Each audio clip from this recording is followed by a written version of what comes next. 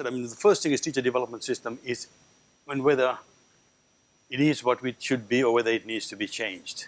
There are different ways of conceptualizing what it entails. I mean, I looked at it, governance, in three sort of main areas: governance and regulatory functions, setting standards, and the delivery of education services. Now, these are sort of broad categories, but I mean, there are different ways they will classify these things.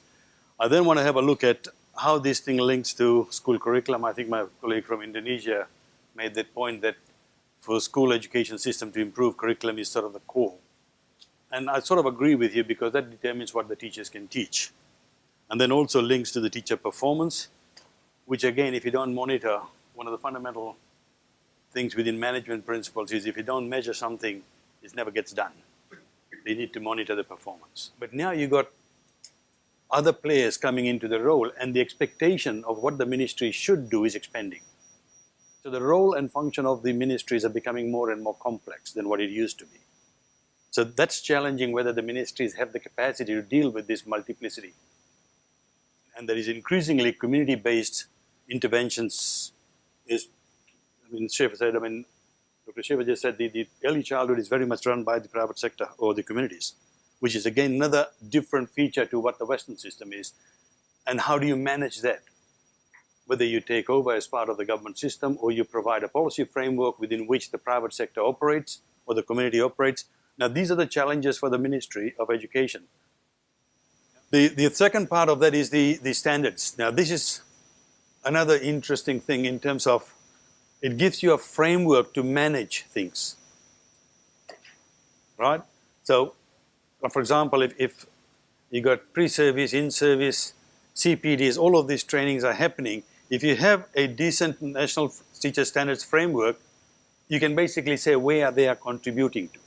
It gives you a basis. I'll show you another diagram later on. But the challenge is enforcing this. Now, service providers are basically the front-end people who deliver the services.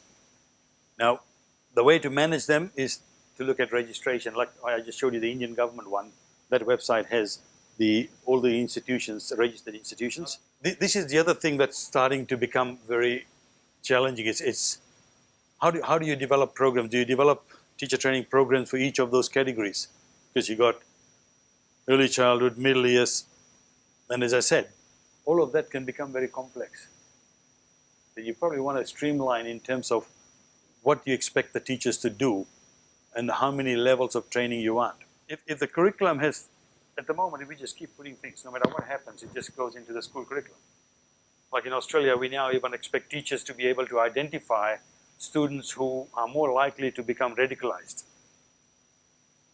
So this is anti-terrorism put in the schools for teachers to now identify. So anything that doesn't work outside, put in the schools. And this is what, and they end up with curriculum overload. And there are all sorts of expectations out of that school system. And you've got to decide whether schools can deliver everything. Where do you get a balance between very vocational program approach and which is more general education? I don't have an answer. I mean, it varies from country to country depending on how they want to do it. But that is always a debate which will then determine what your content is and the nature of the content. Education is not an entity on its own. It has to basically fit within the bigger development plan of the government. So it has to be basically driven by the demand. And how do you identify demand? Look at your central planning office.